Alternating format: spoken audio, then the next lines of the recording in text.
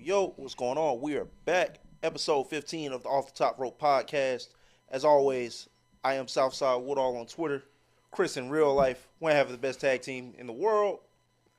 It's your boy Barry. Lee Barry is Barry. Back again, man. Happy to be here, man. Happy to be here, and thank God there's no crazy controversy we got to talk about this Finally, week, bro. 2 weeks. You know, like 2 weeks straight. You know, the Hulk Hogan shit was cool. Like, nigga like me had a good laugh. Brock Lesnar shit, I was like, okay. Here we go again. Here we go again with this shit. All right. So, nothing controversial, but a few hot topics before we get into our usual review. First and foremost on the docket, TKO has made some moves in both of the, I guess, infant companies they have. I don't know what you would describe it as, but WWE Premium Live Events in 2026 will be moving to ESPN, and UFC pay-per-views, or I don't know if they finna start calling the PLEs too, are moving to Paramount. If you need some money, just let a brother know. We got it for y'all. I will say, so it's a lot of like misinformation going on out there about like it's gonna cost. Like it does cost more if you already don't have cable or YouTube TV or some service that acts as cable. But from what I've read, like if you have YouTube TV, which I know I do, I think you have Xfinity. Yeah, so Xfinity, like yeah. anything that already has ESPN, like you're fine. They're not supposed to be charging extra for those events. Like it would already be included. I don't really watch enough UFC to like get Paramount or justify getting Paramount, and they also don't have many shows I like for me to justify getting it. So Yeah. I don't know if that'll be a thing for me. But yeah, I think it's a good move. I'm not the company's PR guy, but you know, ESPN and WWE just like kind of makes sense. Like the biggest wrestling company, the biggest sports media outlet out there. Worldwide leader in sports. Yeah, worldwide leader in sports. Just kind of makes sense. Yeah. And I've always, it's weird because I know some of us want wrestling to stay this like niche thing, but I know there are also some of us who want it in the mainstream, and like I'm kind of one of those who kind of want it in the mainstream. So I wasn't mad at it. I can understand why some people might be upset, but I'm not harping on it. I thought it was a good move.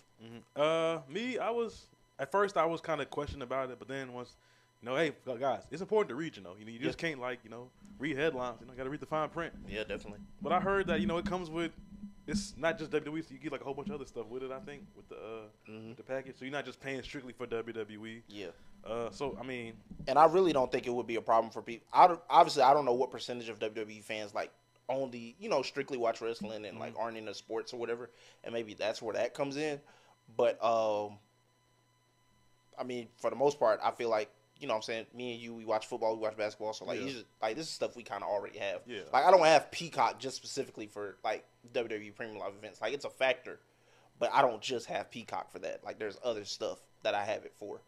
I mean, I think that's where like some people fall in. I don't know again what the percentage is, but I mean, I kind of do, but I mean, it's cool to have, I guess, on the side, like Peacock, Netflix, because what is it? It's $29.99, and then you paying. I think I pay $9 for Peacock, and then another Netflix is what? Oh, I don't even pay for the Netflix. I'm on the family plan. It's all good.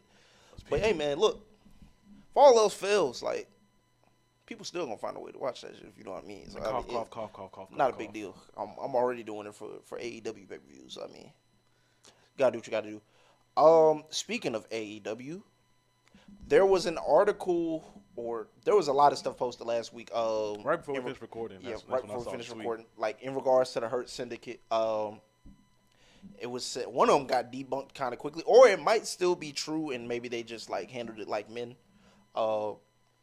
Among the many things they said, MVP wasn't a fan of Speedball Mike Bailey, which I found hilarious because Speedball seems like the most likable guy. There was what else did they say? They didn't want to put over FTR. There were only like 2 tag teams they had in mind if they were to lose the titles, and I think that was Gates of Agony and the Outrunners. And didn't want to put over. Too. I think Private Party. And Private Party. Yeah. That's right. But the speedball thing was so funny because at first, like, it turned into like, hey, like MVP, I can't side with you on this. And then as the day went on, like the jokes kind of it was like, I kind of understand MVP because like sometimes you just be at work and you hate a nigga with so much energy. Yeah, like the likable person just be annoying as hell. Yeah, like, God damn, bro. I thought that shit was hilarious. All jokes aside, I do think like it's a big like nothing burger. Me personally, I don't think anything is gonna come from it. We got a hilarious MVP and speedball shout out video. to Reading the Room making a funny segment out of it, man. I thought it was hilarious. I don't think anything was gonna come of it. But on a serious, like on a head ass serious note, black people, we can't be serious in a company we're hard to work with. So yeah, that is a little fight the power, please. Stand up for yourself. On a joking matter, like bro, FTR, bro, y'all are like solidified. You know what I'm saying? We're trying to do another tag team run for it. Like we're tired of this. We don't need Hurt Syndicate versus Young Bucks. I mean, that might move the needle for some, but for me personally, I don't really need it. MVP kind of. Depending on how you look at it, he's been, the thing with him and Triple H, they didn't see us as like this top star group. When Bobby was hot, he was under, Redacted. That's like Redacted's formula, the big strong guys. So, yeah, it's just who knows, guys. Then I'm kind of a little upset because now we hear reports of like the MJF stuff is going to split a little early. I'm kind of upset about that because that seemed like a good, funny. I was enjoying it. Yeah, I was enjoying it too. But so I'm just hindsight. I'm sorry, black people. We got to be, the difficult to work with guys. And on a funny note, it's like, hey man, I don't want to. FTR, who cares, bro? We don't want to see Hurt Syndicate and FTR going back and forth for the title every other week. I will say this before we move on. Because nothing I read in the report was like super egregious. Like nothing made me feel like, oh, like these niggas don't need to be here. Yeah, I ain't gonna lie. But I did think about that, and somebody reposted the segment he had with the learning tree. And I was like, oh yeah, like he absolutely hated them niggas. Which I'm not mad at. You know what I'm saying? But, like, hey. oh, yeah, no, that one. I'm sorry, I just got so thrown off. Oh, but what I was gonna say, I didn't read anything super like egregious in the report, and I felt like if the outcome would, or if it's like you said, if the goal was just like I kind of want to put over people who like are deserving or are less establishment, because I think in his mind he feels like the team with Kevin Knight and Speedball is just something that's here temporarily and not like they're going to be a mainstay in the tag team division permanently. Mm-hmm.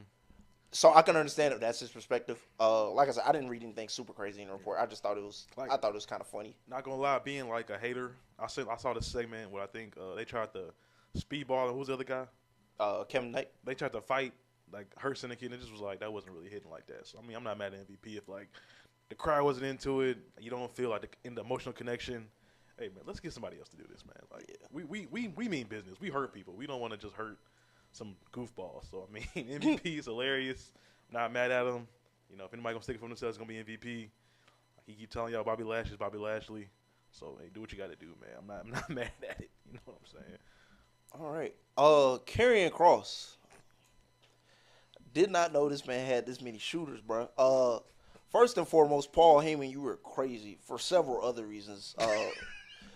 You said a lot of shit in that interview, but I'm gonna just Listen, man, I really don't want to do the controversial shit this week, so I'm gonna stick to this this Karrion Kross shit you said where you likened him to Stone Cold. Listen, man, I think that is the craziest shit you could ever say.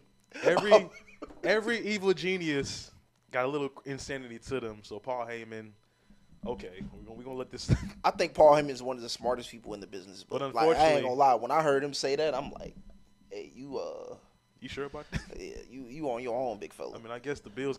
I thought that shit was crazy. If you haven't heard, Karrion Kross's contract expired. Supposedly, we don't know if it's a work. I'm not. If it's not a work, whatever. If it is, just want to say thank you, Quebec, for not chanting "We won Kross" last night. It's funny because I don't know why people thought that shit was gonna happen in Canada, bro. I'm like, do you know where we at, nigga? Like these niggas love wrestling up here, bro. No, they love hear that shit. They love graps. They don't love wrestling. They love graps. And Kross, hashtag, not a grapper. Yeah, man. Did we talk about Bubba? When I said about Bubba last week, and he was like, I would have like Bubba be like this. I would have Kross be like this internet sensation. Stop it. Yeah, no. Stop all this shit needs to cease, bro. Stop The it. bell has to ring. The bell did ring several times. He had several bad matches with Sami Zayn. I'm cool, bro. Listen. I am so happy that you know what I'm saying, got over and got yourself over organically. This shit is not worth all this shit I'm seeing on Twitter where, first off, actually, nope. Then I'm going to have to touch the controversial shit again. No. But just know that if that is if him not being there is what was going to make some of y'all be done with WWE, bro, maybe you need to be going. Listen. Because there's a lot of shit that has happened in the 30-plus year history of that company that you, me, and a lot of other people should have been going for. If Karrion Kross not being there is why you don't watch WWE anymore, salutations, brother. Don't let the door split you where it hits you. Listen, my memory kind of bad sometimes with wrestling matches. I had no idea the Drew and Kross match was a strap match. Oh, yeah. Mm-hmm. They had a couple matches. They had a strap match, steel cage match. All that shit was bad. Yeah, it's time to move on, brother. Listen. TNA, I know they say he probably won't go to AEW because of some Don stuff. Callis, Yeah, so, yeah, because of Don Callis. Again, staying away from controversial stuff today. But yeah, TNA would love to have you, brother. GCW, all that. Listen, Bloodsport, I know that's your shit. Hey, Killer Kross, do your thing, brother. But Yeah, Karrion Kross, stay away from my company, brother. Something has to happen after the entrance. Listen, man. After the promos. We're gonna talk about it later, but listen, I saw Sami Zayn and Rusev last night. When the bell rung, that match was already better than anything they ever did together, bro. That nigga Rusev made his entrance and it was better than that. Man, yo. Nah, I ain't gonna lie. Even before that, nigga Sammy and Solo on Friday, Solo threw a punch. I was like, man, it's already better than what the fuck he was doing with Karrion Kross for the past month. Moving on. We gotta give thoughts and prayers to Jordan Gresham. Oh yeah, he had a stroke. 2 strokes, but he said he's like recovered fast. Yeah. Former TNA, former ROI guy, one of the best wrestlers in the industry, one of the best black wrestlers in the industry. Yep. So get well soon.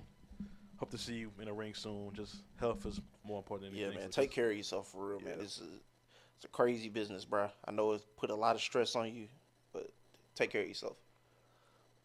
And our final thing before we get into the review,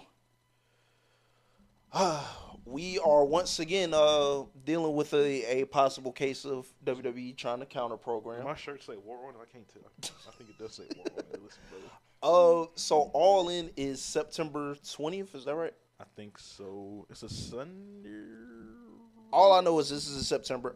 It is said that WWE is planning an unnamed pay-per-view to take place in Indianapolis. Rumors have circulated that pay-per-view is Bad Blood.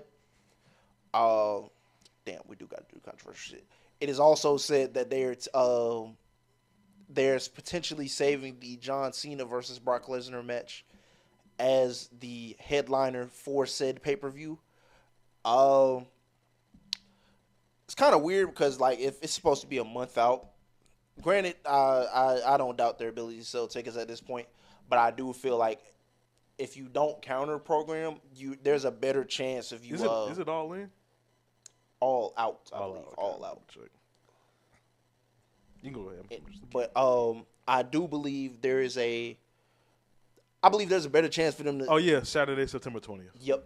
So I believe there's a better chance for them to sell more tickets, and I felt like this was Evolution. I feel like they could have, because I think a sellout for State Farm is considered like 11,000 as far as wrestling is concerned. Mm-hmm. Evolution did like 6. Evolution did a good number, but it wasn't like a total arena sellout because they closed off the upper bowl. But I felt like if they had marketed it correctly and didn't just use it as a counter programming thing, then it probably would have like sold out the entire arena. And I say that too because Saturday night's main event also did really well. Like it did like maybe 2,000 more than that. I gotta find the actual WrestleTix post, but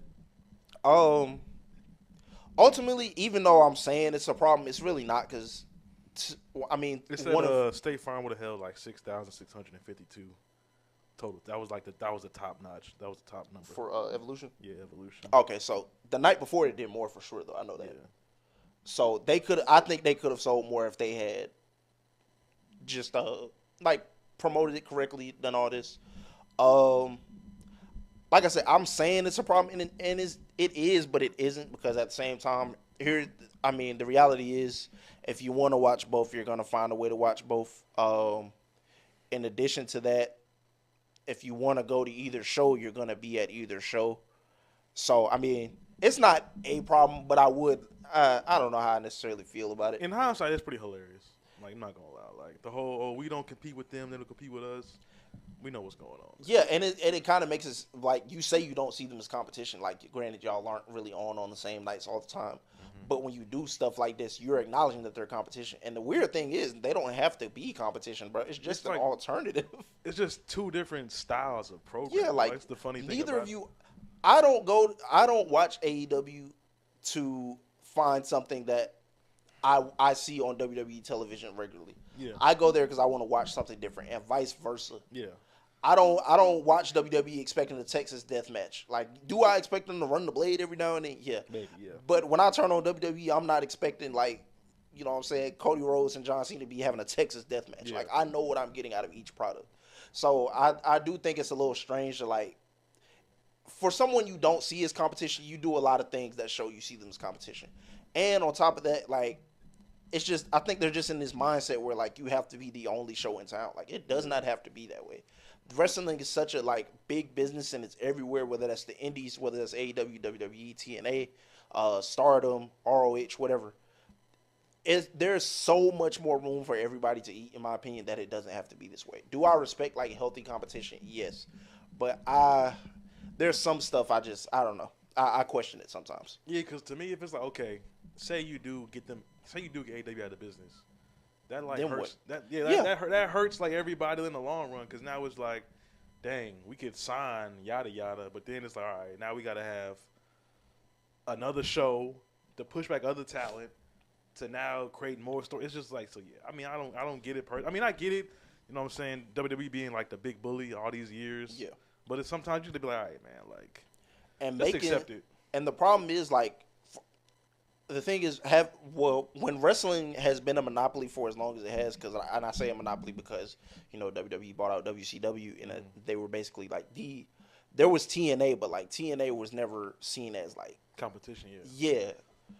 So when it's been a monopoly for so long, you kind of like, people are still very much Vince brained, bro. Whether they want to admit it or not, people are very much Vince brained, and truthfully, I catch myself being Vince brained in terms of like stuff I see on TV and how it was when I was growing up versus how it is now. Mm-hmm. So that's the reality. Like, when wrestling was a monopoly, like, some people are only used to seeing it one way. Everybody didn't venture out and go like watch New Japan or TNA or whatever in those times where WWE was like the big dog. Mm-hmm. So it's just I don't ever want to see wrestling in that position again. So I would hope that, I'm not saying they have to like work together one day, but I hope somebody understands that, like, yeah, I can admit I watch WWE for like entertainment. Like, it's like storylines, the drama, the BS, and then AEW is just, all right, it's gonna be like there's gonna be some graps. There's gonna be like some wrestling. Yeah. Like, granted, I will say this: I watch both for like good wrestling, but there are certain like things I know I'm specifically gonna see on WWE TV that I know I'm not gonna see on AEW TV, and again, vice versa. Yeah, but it doesn't have to be this whole cutthroat thing they're trying to do. Like, I have accepted I probably won't see Orange Cassidy on WWE because he doesn't fit like what they do. Like, and I think that's perfectly fine. Like, yeah. But I mean, them pulling out like Cena and Lesnar is like hilarious to me, because this card is just hilarious. So we gonna see, man. Like, yeah. All right, so we can move into our usual reviews of SmackDown and Raw. You know, just when you think the worst possible outcome is at your front door, they bring you another one.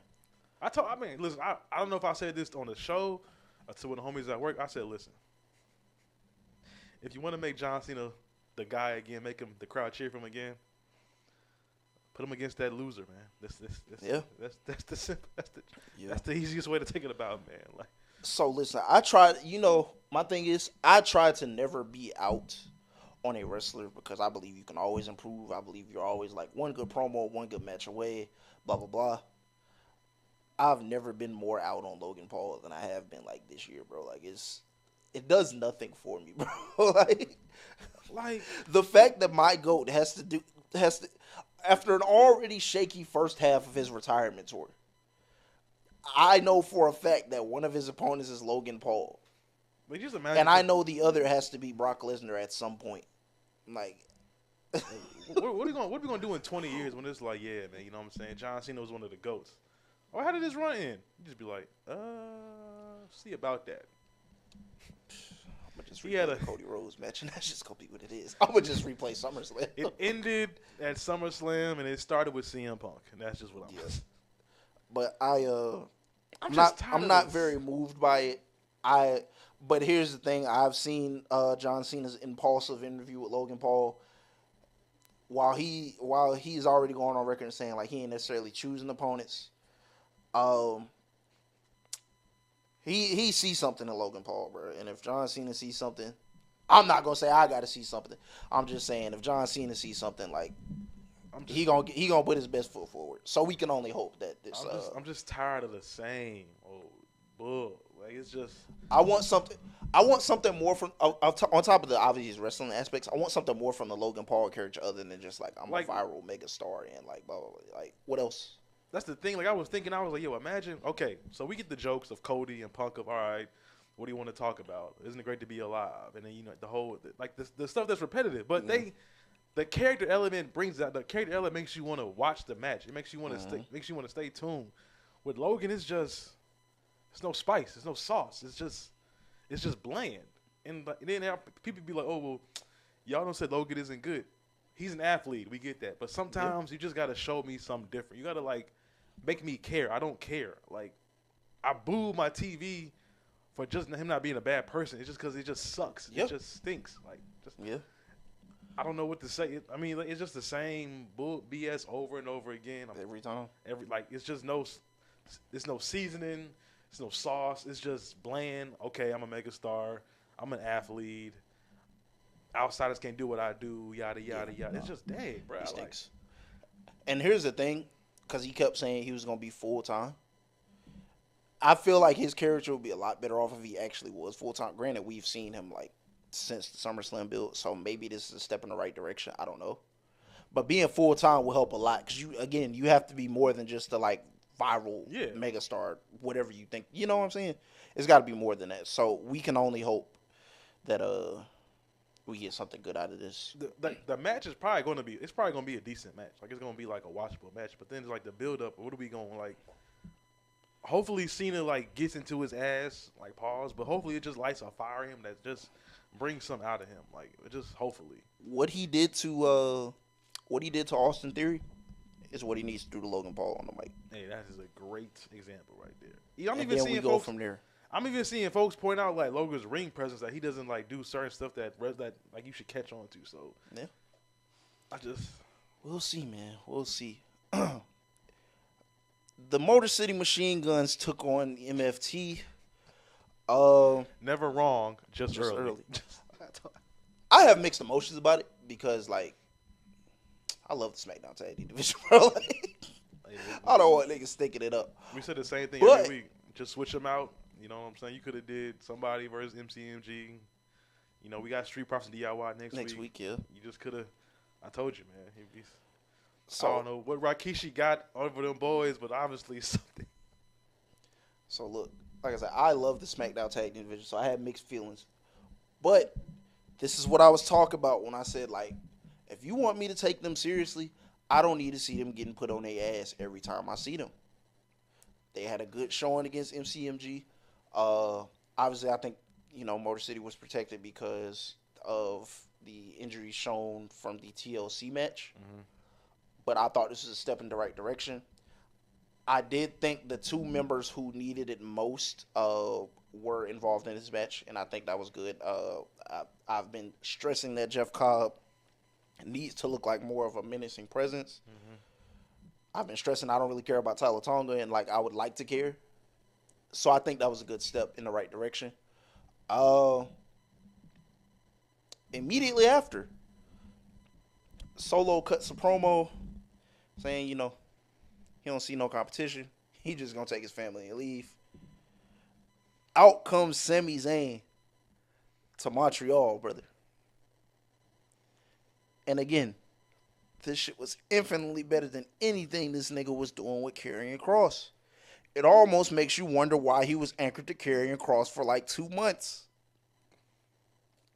Don't know, but I guess somebody in the back figured it out. Obviously, the unfortunate part of this could be that like Sami might be stuck in bloodline shit again. Don't know. We'll see. Legitimately great match though. Everything, good performance from Solo too, by the way. But everything you love about Sami Zayn was shown in this match. Underdog capabilities, wrestling abilities. You know he has. Listen. I've seen the tweets, seen the feedback. I'm tired of Sami Zayn. No, listen. When Sami Zayn walks in that ring, you're going to be interested. When Sami Zayn walks to a ring in Canada, you're going to be interested. The man don't miss. I don't care what you say. He can do whatever he want to do. He going to make you interested in the match. They were saying Rusev was sleeping and slacking. What did Sami do? 4-star match. Whatever you want to say. Yeah, man. Listen, man. You can say whatever you want to say. He don't deserve this. No, shut up. He does. Yeah, man's been doing the thing since I've been watching. No matter what match you put him in, he's going to carry except for Kross. But listen, the man does what the man does. You're going to believe the hula kick is going to kick. You're going to feel the blue under the power bomb. You're going to feel the energy in the arena. Just shut up, embrace it, enjoy it. It's happening. And you niggas who are anti-Sami in favor of Kross, stop watching my sport, bro. Stop watching my glorious sport. Go watch something else, bro. This isn't for you. A real wrestler, you niggas talking to me, oh, I'm tired of Sami Zayn. Like, bro, what? Like, bro, I'd hate to have to slap shit out of one of you niggas for real. The man puts emotion in every. I don't understand. I'd hate to have to slap the shit out of one of you niggas for real about Sami Zayn, but I absolutely will do that shit. No, if you want that is my world champion, nigga. Not Karrion Kross. Shout out Tyrese Halliburton. He see the vision. You know what I'm saying? We're going to get that belt off Seth. Yeah, shout out to that nigga, man. You know, of course, I would love Roman, another champion, but hey, listen, if Sami gets his moment beating Seth thanks to Roman, I'm here for it. Like, need it. All right. Oh. Charlotte and Alexa Bliss. Again, love everything I'm seeing from the Charlotte character. Like, it's just everything. It's weird. Like, it's some of the stuff is like kind of cheesy, but like in a good way. It works. Like it works. Like we said, it's the delivery. It works. Logan Paul, take notes, please. So you're saying the delivery, and I don't know if it's like purposefully awkward, but it works because, like, again, we never see Charlotte act like this, bro. We have never seen Charlotte, like, you know what I'm saying, try to be accepted by somebody or necessarily try to be someone's friend. Or if we have seen it, we haven't seen it in a long time. Let me say that. But I don't think we ever have seen it, if I recall correctly. So, like, we've never seen her, you know, trying to get acceptance from the fans. Like, it was always like, I know I'm this good. And we've never seen it. So I enjoyed it. The tie-in to, because if you remember a couple years ago, I think it was like 2022, Charlotte, or it might have been 2021, Alexa, when she was with the Fiend, or had like kind of split off from the Fiend, she, you know, had Lily, and obviously she still carries Lily around now, but at one point she gave Charlotte a Lily doll. Yeah. So Charlotte taking the Lily doll that she gave her and dressing her up as Charlotte. What is it Charlie? Is that what it was? Yeah, somebody Charlie. Charlie and Lily. I thought that was like, it works. It's funny, like you said. The awkwardness kind of cool. She was like talking to, like, I know it's ugly, guys, but you know I'm trying. Yeah. Like, the delivery is there. I'm glad we've seen this side of Charlotte. This is what she needed. More than just a great in-ring worker, you got to have some personality. Shout out to Alexa Bliss. She's like bringing this side out of Charlotte. You know what I'm saying? I'm here for it. Hopefully this lasts a while because we know where this is going. Yeah. Okay, let's just enjoy the bit with the birthday cake was hilarious, by the way. Like, even before it got involved in the match, that shit was so funny. Like, congratulations, Charlotte. And happy birthday, Alexa. Like, okay, bro. like the whole bit is hilarious. I'm enjoying it. Like you said, we gotta enjoy it for as long as we can because I kind of see the writing on the wall, and I don't know how long it's gonna take, but it's a good step. It's glad to see Charlotte be like this normal person. I guess that's the best way to say, like, this normal person. Yeah. So, like I said, we said this a couple weeks ago, but like I think that article helped humanize her. Alexa Bliss is also helping, and the portion in WWE Unreal where she's talking to CM Punk. I think like that's helping endear her to people. And then even like the Tiffany part of Unreal, she was like, "Yeah, that was me," but so I thought it was, but you know what I'm saying? Like this a new brand. This like a new era. We don't do like them corny, cheap. You know what I'm saying? Like the low blows. You know what I'm saying? Yeah, man. Like the Becky stuff was, it was like funny, but it was like little. It was cool. You know, it wasn't like. Tiffany knew what she was doing in that. Yeah, point. Like, yeah, for sure. The ring rollout kind of set it up. But she was like, all right, so I'm done. It was a defense mechanism kind of thing. Like, I'm still. It's funny because I'm still not like mad at her for doing it because I understood why she did it. But yeah, love everything I'm seeing from Charlotte. The match with Chelsea Green was obviously funny. Doing was that the natural selection on the cake or what did she end up doing? I forgot what movie it was, but face plants are onto the cake. Great finish. Shout out Chelsea Green, another worker, man. She gets what she does what she does, man. Carmelo Hayes. We never stop believing. So there was a backstage segment. He's about to go into Nick Aldis's office, knock on the door, and basically demand a United States Championship match. Out walks The Miz, saying like, "Hey, I'm back." Like. And I think me and you talked about this last week. I was kind of worried. I was like, Miz just came back to TV and ain't say shit to Carmelo. Like, did they just drop the storyline? Like, what happened? Guess they figured out they used to be tag team partners. I don't know. But clearly this is setting up for something with Melo and The Miz in the future. You feel how you want to feel about it. I'm personally just glad he's going to be on TV. I'm glad that they have something for him. I'm glad that he's not being forgotten about or if he was forgotten about, I'm glad like somebody in the writers' room, just realized like, hey, bro, like we dropped the ball. We need to do something. So obviously, I think this is gonna lead to something with The Miz. It is clear Miz is back in his old bag of like manipulating the system because in that same segment, after Carmelo like walks, first off he talks Carmelo out of like asking for a U.S. title match, and again like volunteers them for tag team action. But also after that, like after Carmelo walks away, like it's kind of clear. Like Miz is like, hey, like Nick Aldis is walking back in his office, and like Miz is like, hey, like I actually need to talk to you about something. So clearly, like Miz never actually talked to Nick Aldis. He happened to be leaving Nick Aldis's office while Carmelo was coming in there, and Nick Aldis wasn't there. So he just spun something to make it seem like that's what it was. Like I said, I'm glad to see Carmelo back on TV. I'm hoping this leads to something. I'm hoping the Andre the Giant Memorial Battle Royal win wasn't just a, Here you go. Yeah. I'm hoping it wasn't just a here damn. I feel a little better about Carmelo's standing currently with seeing that. Yeah, I mean, like you said, I'm happy Melo's on TV, and we have like our mixed feelings about Miz, but Miz is like respected. We need Melo to get some respect. Mm-hmm. So one guy to put him up against is The Miz. The Miz is a worker. He's going to do what they ask him to do. He puts over Melo. I'm here for it. Melo is a great in-ring worker. He's got the personality. He's got stuff you can't teach. Mm-hmm. So please get him on TV. We don't ask for much. You know what I'm saying? The title match could probably wait a little bit, but just get him on TV. Show off his talents. He said he don't miss. Presentation is always fantastic with Melo. We just want him on TV because he can go. You got to take advantage of these young stars while they are young. We're seeing that on Raw, you know what I'm saying, with Pete and like Tyler Bate and like some other guys. Just please get them on TV. You can't ask for too much. Just get them on TV, show them off. The crowds will get behind them in their matches. Like we said, The Miz, the tag team stuff. Yeah, I mean, it's cool. They kind of fit each other. Like the sly personalities, like the sly flashy, you know what I'm saying? It could work. Just get Melo on TV. You got to start in the building. Just don't waste them, please, because people love them. # we want Melo. Yeah.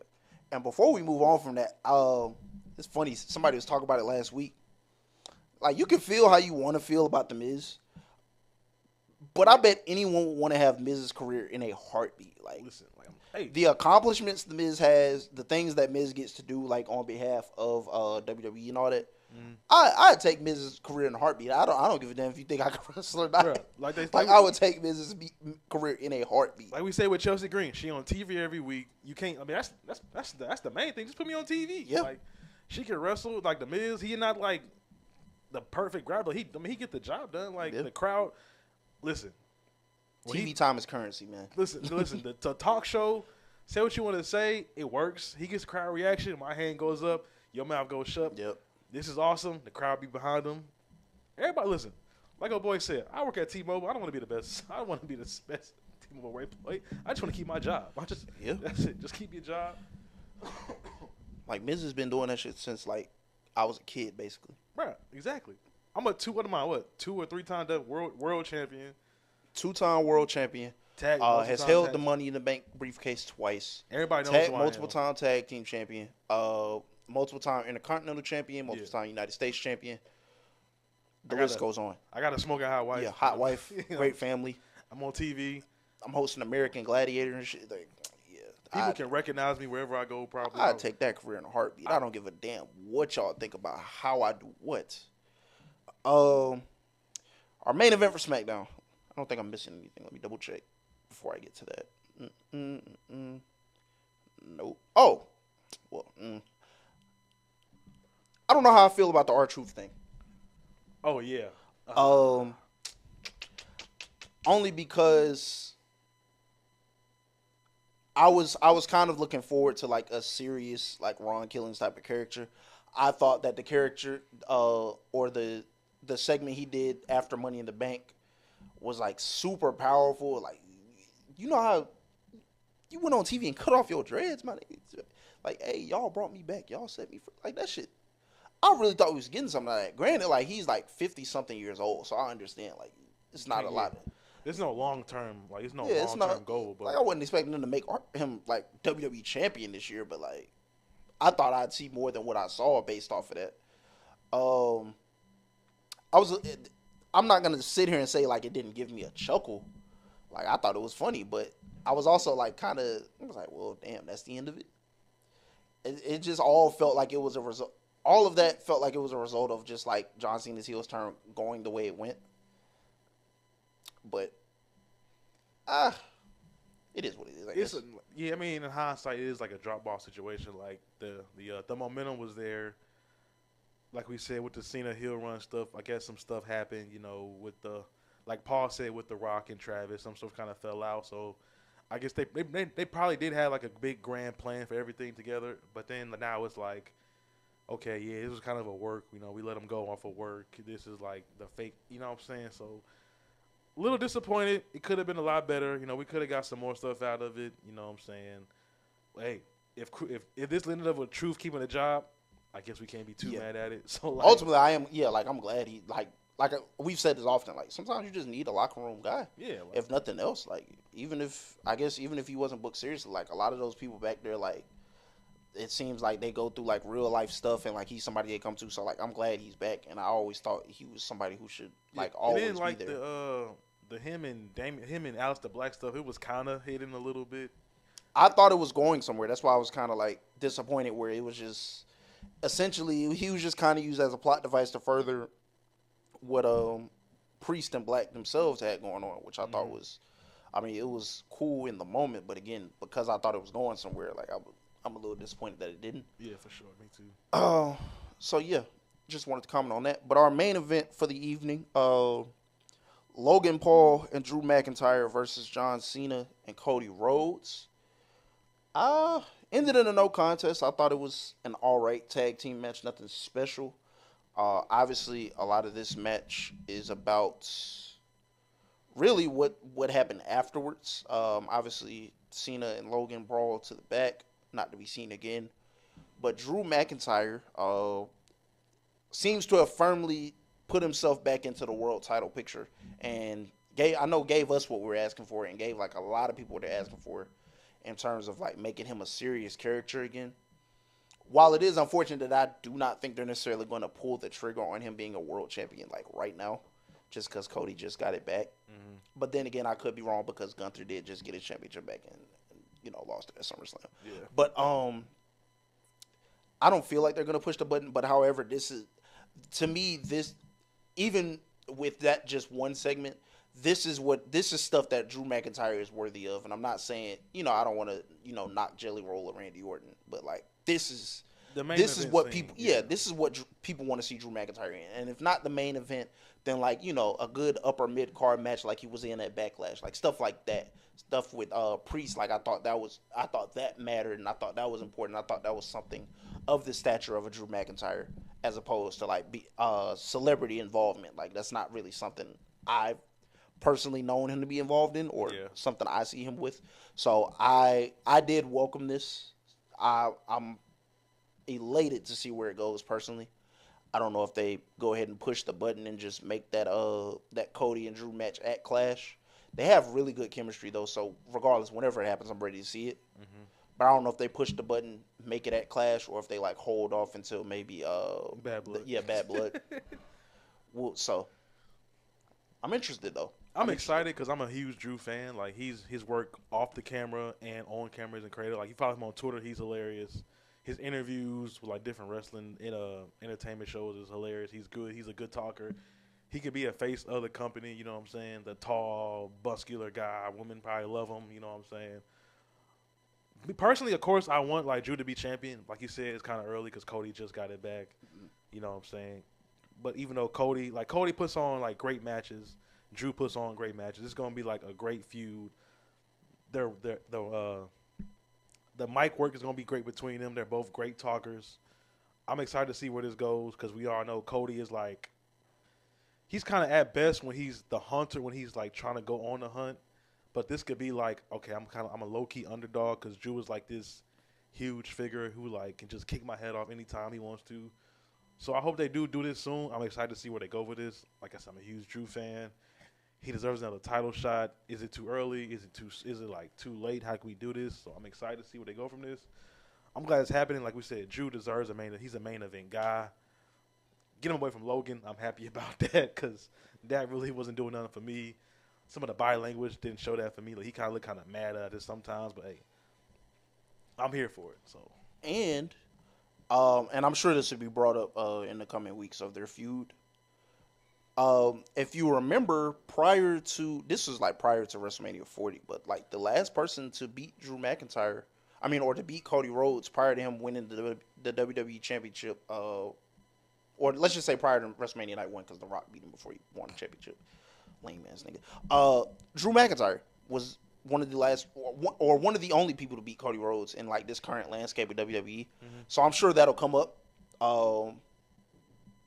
It's an interesting wrinkle. And it's two guys who like had to go off and tell their own stories and make themselves hot again. Two guys with similar journeys, very similar journeys. Yeah. So I'm definitely intrigued. I don't know if this is a trilogy type thing. I don't know if it's a one-off, but regardless, I am. Again, I welcome this because this is something worthy of the stature of a Drew McIntyre, and it is also the perfect foil for somebody like Cody Rhodes. Yeah. Monday Night Raw, man.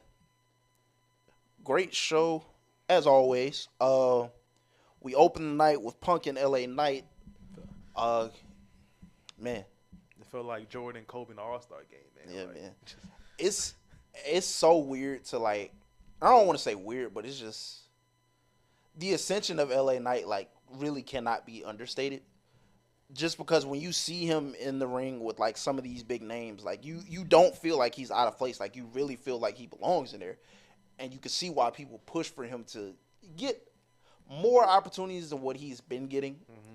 Because I think, like, last week was his first challenge for the world title since, like, Royal Rumble 24.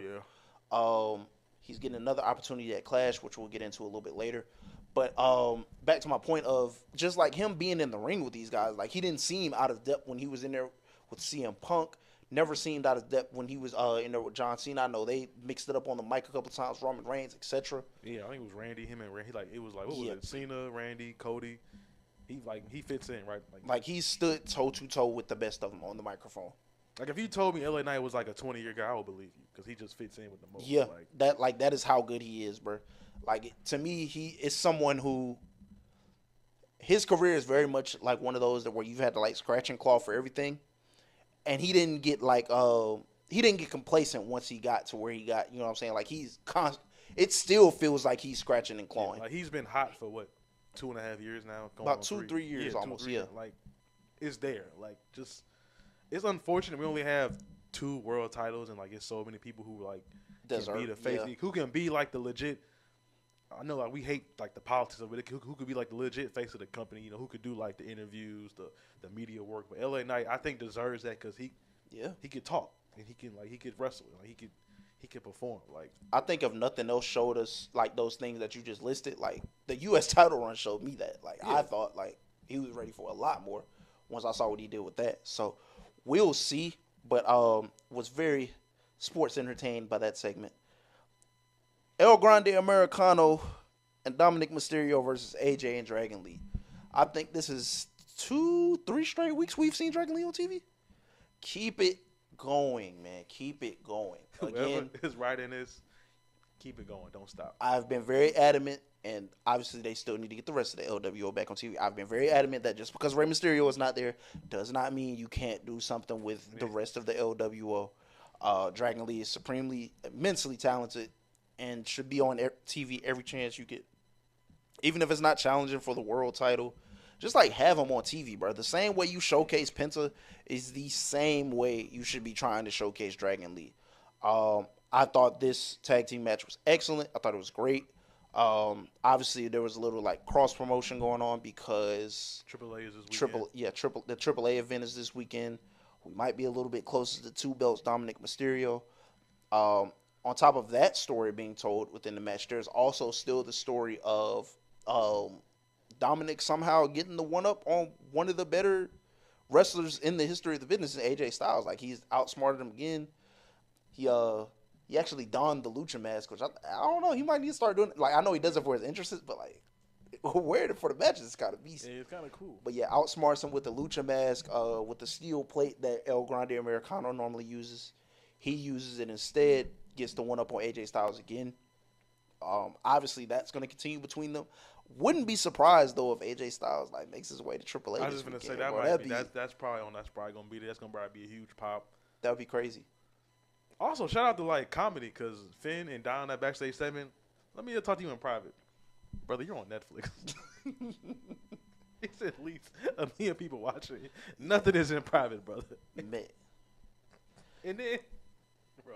You got what do we say? A 6'4" German guy cosplaying as a like, American guy. Like, hey, brother, cosplaying as a luchador, bro. Like it's like, sports entertainment. You gotta listen. Love that, man. I'm still not fully aware of where this El Grande Americano stuff is going. I ain't gonna lie. I do feel like we kind of losing the plot having like 3 of them.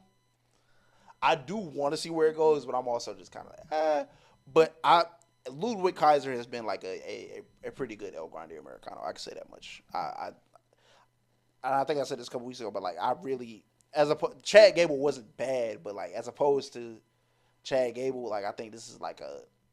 I'm at least glad that like Ludwig is getting like a little bit of audio. So you were like, bro, you're not fooling nobody. Bro. Yeah. You got like the strongest European accent in the world, bro. Nobody. Yeah, it's so funny. Like it doesn't overpower the Spanish at all, bro. Like gracias. Like, bro, you sound like the Spanish does not overpower the accent at all. You sound bro. French. Like it's that. It sounds crazy, bro. But like in hindsight, I'm glad we do get. Hey, we might get Tyler Bate and Pete Dunne on like TV more. Like I'm not mad at that. So I mean, I don't know what the end goal is. I'm a huge Pete Dunne guy, so hopefully he gets on TV more. Yeah. You know what I'm saying? Hate it had to be this way, but you gotta take it when you can get it. So I'm not mad at it. So I will say this: ultimately, the unmasking and what happens after that is gonna like make or break like everybody that is under that mask, save for Chad Gable, because I think Chad Gable will be fine no matter what. But the unmasking and what happens afterwards is going to make or break every single person wearing that mask right now. So I hope they really think about that, and I hope they really have like the end game in mind, so that they know what to do, so that these guys aren't just like dead in the water once they're not wearing the mask anymore. Yeah. Sami versus Rusev. Once again, infinitely better than what this nigga had to do with carrying Kross. Infinitely better. Great match as usual. But as we talked about earlier, when you in it with the bloodline, you in it with the bloodline. You know what I mean? Another non-conclusive match due to interference. The MFT, dragged Sami out the ring. And on the other side of the ring, Sheamus came to get his lick back. Definitely think we're getting Sheamus Rusev 4-8 clash. I would hope so. Please. Seems like the right move. I am unclear as to where. Like, I really thought like Sami beating Solo on SmackDown was like a one-off thing just because they were in Montreal. Mm-hmm. Obviously, they were in Quebec City for Raw, so I mean, not too far. Like still in Canada, whatever. But I guess this is gonna lead to something with the U.S. title for Sami. Again, don't necessarily hate side quests, so I don't know if that's gonna be something. I don't know. Here, nigga, damn, we can't give you the world title right now. Here go the U.S. Yeah, title. like I don't know if they're gonna make him U.S. champion, just like in the interim to, kind of just give him something to do and have him doing something a little more prominent than what he was previously doing. Yeah, if Kross is really gone, then we need Sami on TV. Like I'm sorry, we just need him on TV. So like you said, Bloodline universe kind of stuck. You know what I'm saying? It's really like the MCU is going on for 15 years. It feels like forever. You know what I'm saying? So I don't know where it goes. Like I said, I don't know if it's that for Sami, or I don't know if maybe this is for Solo, where it's a filler thing, and maybe they're trying to get him a quality reign until they get somebody to get it off him. I don't know. We'll see, but it's very clear that is Sami's next direction. Io Sky versus Roxanne. People doom and gloom about Roxanne's booking every week, and I just don't understand. I'm like, bro, Roxanne in the Judgment Day. She on TV every week. She facing some of the best wrestlers in the world.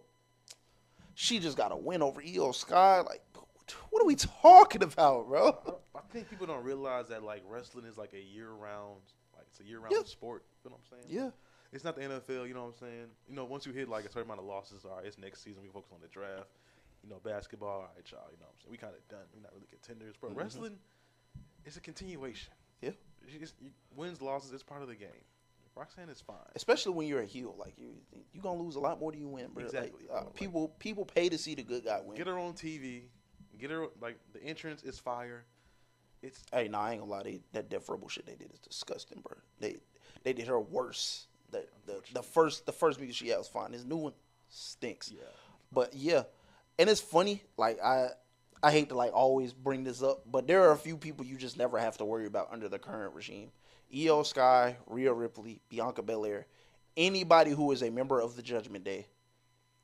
If you are in the Judgment Day, you are basically in Triple H's version of the Bullet Club, bro. You're good. That's literally what it is, bro. Like, it's just... You're good. And I promise. Shout out to Raquel. You put the work in. I think you're good. Like you're good. I hope she stays healthy with her medical condition. Other than that, you're good. Like it's just like it's probably like a list of, as far as women, there's like the 4 or 5, but in total in the company there's like 10 to 12 people who are always gonna be straight under this current regime, bro. Roxanne is absolute. Like I said, if you're in the Judgment Day, you're one of them. Yeah. Listen, Roxanne and Lyra. Y'all are the future. Y'all are good. Just Roxanne and Lyra, y'all are good. Just stay clean. Don't tweet no bullshit. Don't post political views. I don't even know if the tweet's gonna matter at this point. I mean, you see who that nigga hanging out with. But yeah, man. Great match, but Io, don't open that back door, bro. Close that back door. Don't you let him on. Man. So we've been seeing this building for weeks, but it was set. Oh wow, we probably should live with this. I'm tripping. This Io Sky and Roxanne match happened as a result of Naomi not being medically cleared. We are unclear at this time as to what her not being medically cleared means, and because I'm not one to speculate, I will not do so. I've heard 2 different sets of rumors on what it might be. I won't speculate on the first because I just believe you should respect women. The other one is they think she got hurt on the scooter in that video, and she didn't like post for 3 days. I'm going to only speak to that and say if that's why it happened, it's unfortunate. The other thing I'm not going to speak to because, again, that is a woman that is between her and Big Jim, if that is true. And we will know when the time is right. But, yeah, back to this. So, we've been seeing Asuka and Kairi Sane in the past couple of weeks. It was like And it's really more so Asuka. Anytime she bring up Rhea Ripley, she kind of looking at Io like, yeah, like you and your little friend, you and your little friend Rhea Ripley. Like, you and your man, yeah, your you know what I'm homie, saying? Yeah, your you and your best friend, like all this other shit. You Like, and your best just like real like slick comments. you and your little friend. yeah, like just noticing it. You know what I'm saying? Your little girlfriend texted you. Yeah, just peeping it. So last night, like Io told before Io even goes out to the ring, she was like, they Asuka asked like, hey, like we could be in your corner and make sure it's even. Io like, look, I'm good. I done beat her before. I'm gonna do it again. Which, by the way, I love this version of Io where she just be straight up, flat out telling niggas like you niggas can't beat me, bro. Like, she told Rhea that shit to her face like, you're never gonna beat me. You can't beat me. I love this version of Io, but yeah. So I thought, I mean, this has been building in the background for a couple weeks. Like I said, Asuka and Kyrie come out there. They try to help Io, try to even the odds. Ultimately ends up with Roxanne getting the best of Io as a result of this. Io goes backstage and is like, yo, like, what is that? Like, I told y'all I didn't need help. Y'all came out here. I lost. That's not helping. Asuka go off. She push Io and walk away. I'm just like, oh, like, it's so over. And it's funny because after that happened, I started thinking, if you remember, this was like when Io was in Damage Control. Her and Asuka were never really fond of each other anyway. But then, like, once it was time to, like, slime out Bayley, like, they kind of came together. Mm-hmm. But before that, her and Io hadn't necessarily not been too fond of each other. So when that happened, I started thinking to myself, like, bro, like, was they ever really friends? Like, hey, two head honchos. I mean, it's bound. I mean, you know what I'm saying? The chemistry not like I'm not cool with this mother. You know what I'm saying? Like, she's not better than me. I'm not, like, them two is like the top of the top. Yeah, top of the totem pole when it comes to, like, in-ring working. Mm-hmm. Like you said, being Triple H's person, like, it's them two. So I'm kind of happy about this because Io, like we said, a side quest. You know what I'm saying? Yeah. Like, because we know once January come, Royal Rumble season, she gonna be like in the mix. She in the mix. Asuka, Thomas kind of slowly. So this is something good, fresh. You know what I'm saying? She hasn't been like a real heel in a minute. Well, like, I guess a while, but like this is gonna be a good, I guess, solo heel. Like, Kyrie Sane is there, but it's still not like, you know what I'm saying? It's not like a full like duo, but it's like, all right, y'all, like, yeah, this is good. Like, Asuka's a good heel. Yeah.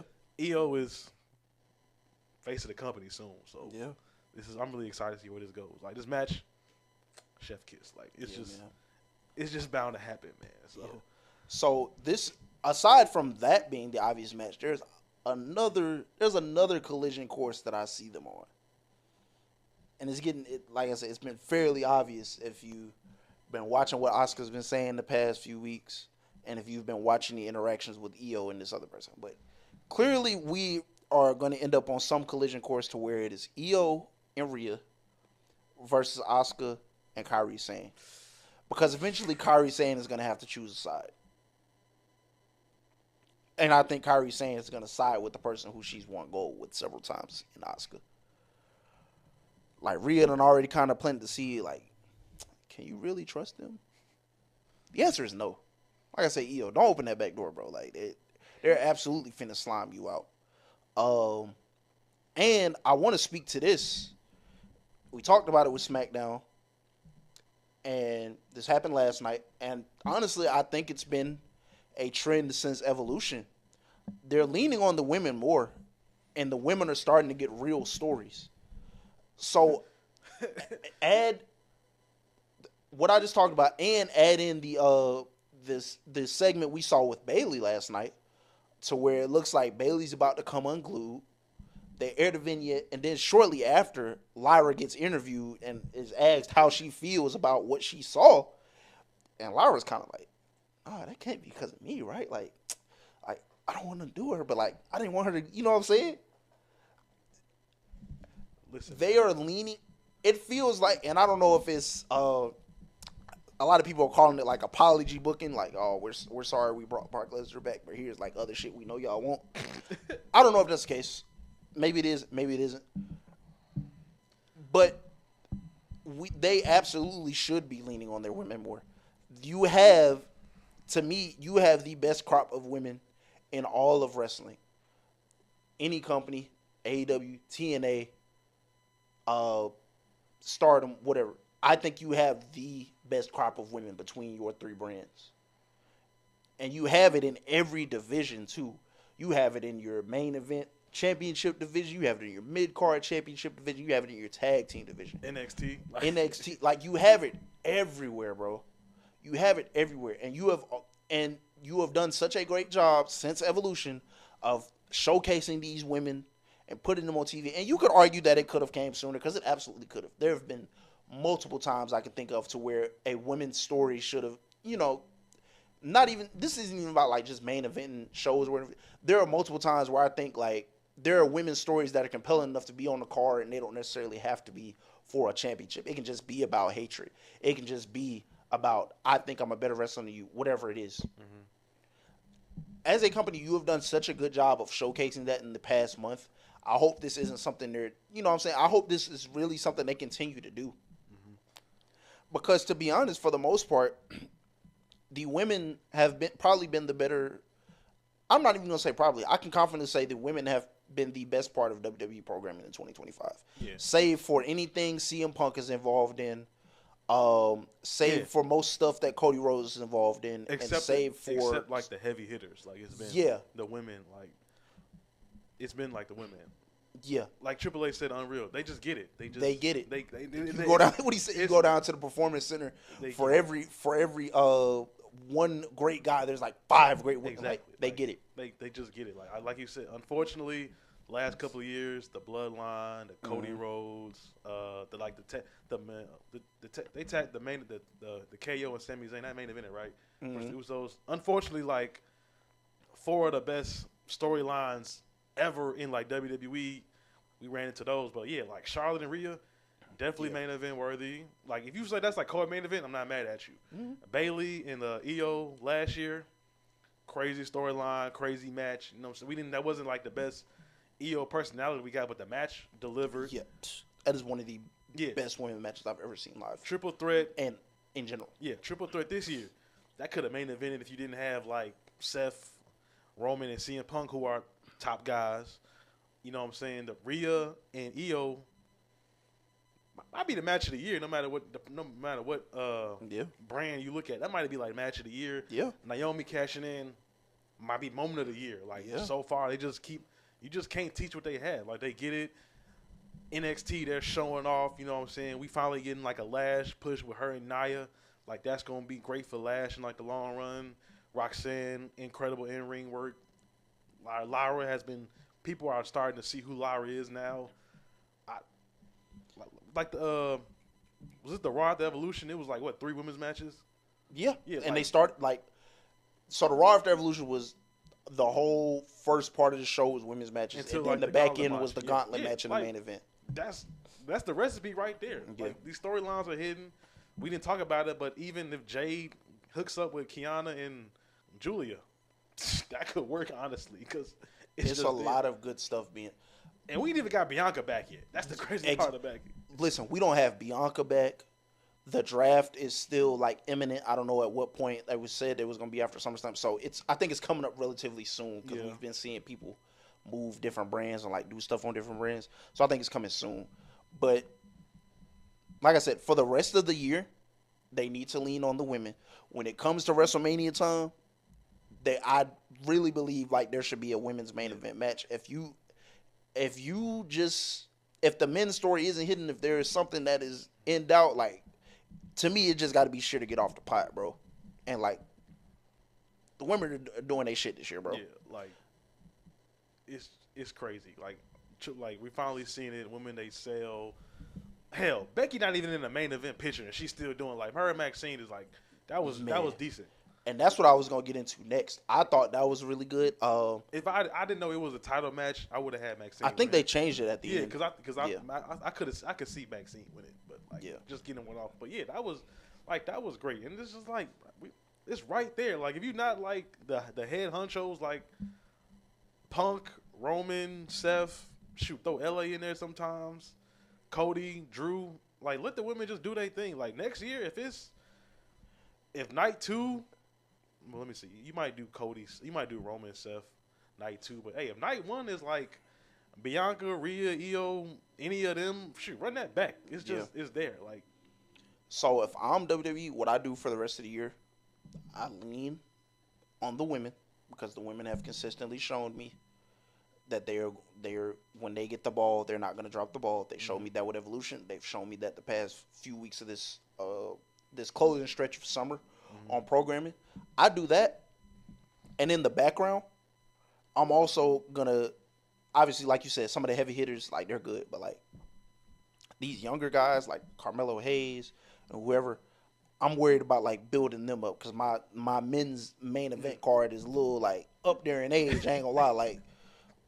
One of my world champions just turned 40 a couple weeks ago. What Brown Burger said, you're 47, you're 40. Yeah, CM Punk is 47. You're almost 100. You're 100. Like, yeah, bro. Like, I would really consider, like, starting to build up some of these stars. And that's something that I feel like AEW does really well. Like, I feel like they've really nailed this shit with Kyle Fletcher, bro. He just he looks great. Hopefully we get an Orange Cassidy push. I mean, like, who knows?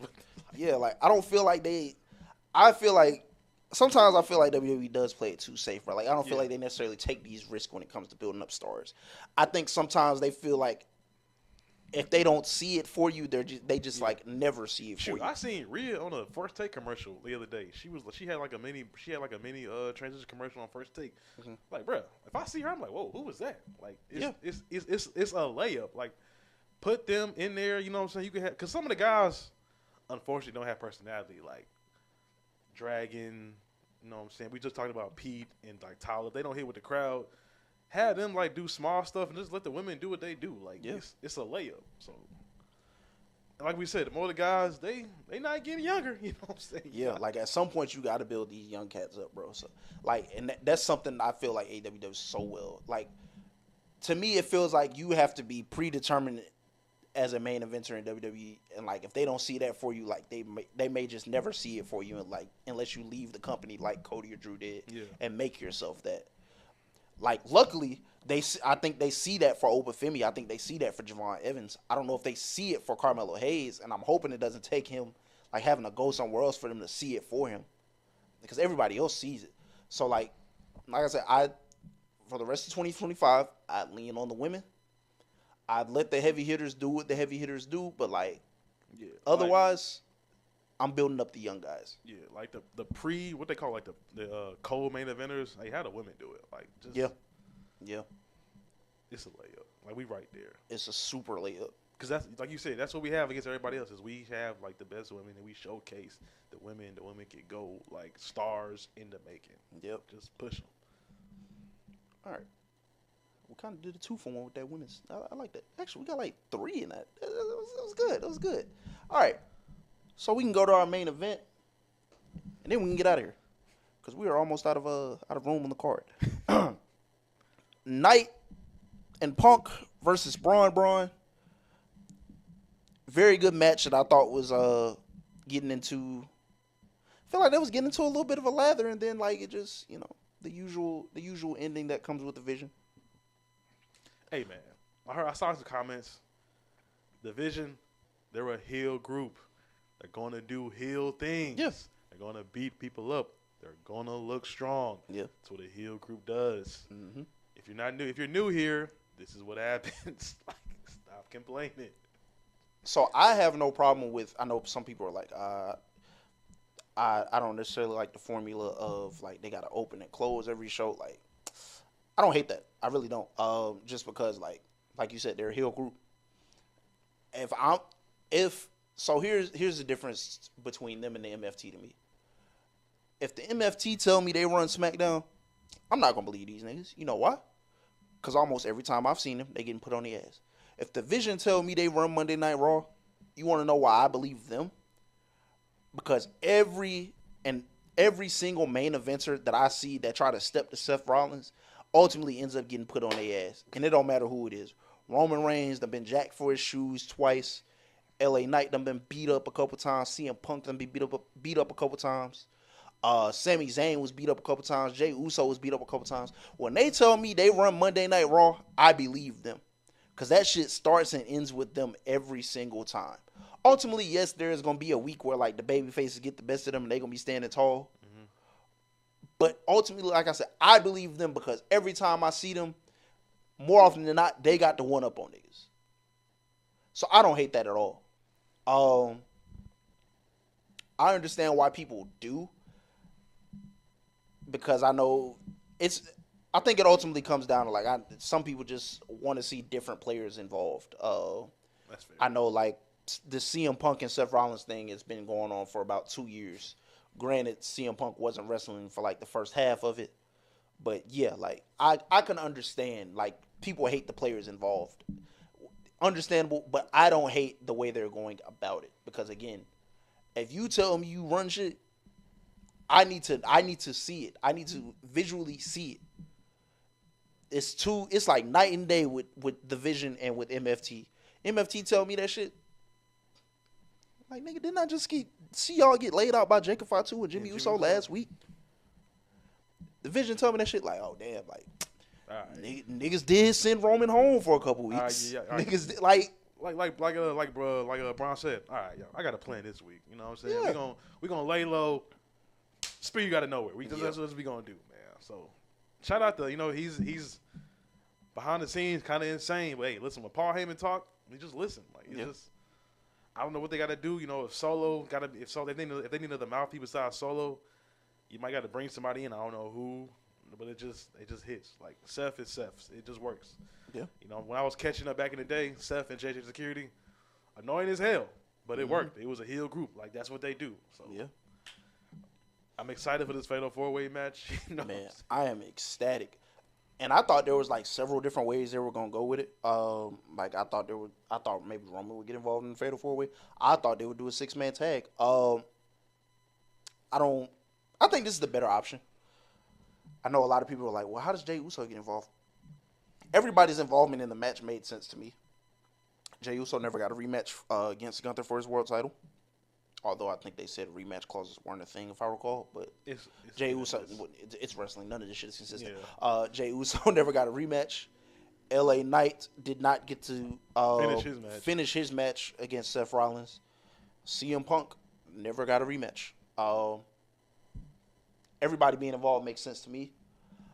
I can't wait to see it. I know who's eating the pin. Who? Jey Uso. But also, this opens the door for something else that I wasn't necessarily expecting. I guess I should have seen coming. And it hasn't been, like, said on TV yet, but it's kind of clear. But I think we're getting Bronson Reed and Roman Reigns one-on-one. Oh, yeah, I've seen a picture of that.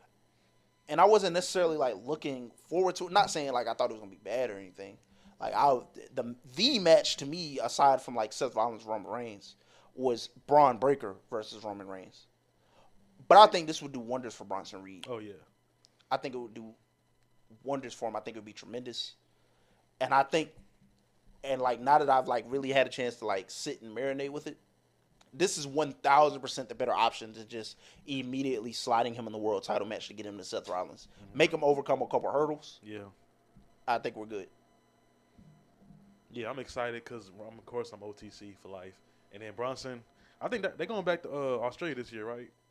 Yep, Crown Jewel. So let Bronson get his moments, his shine.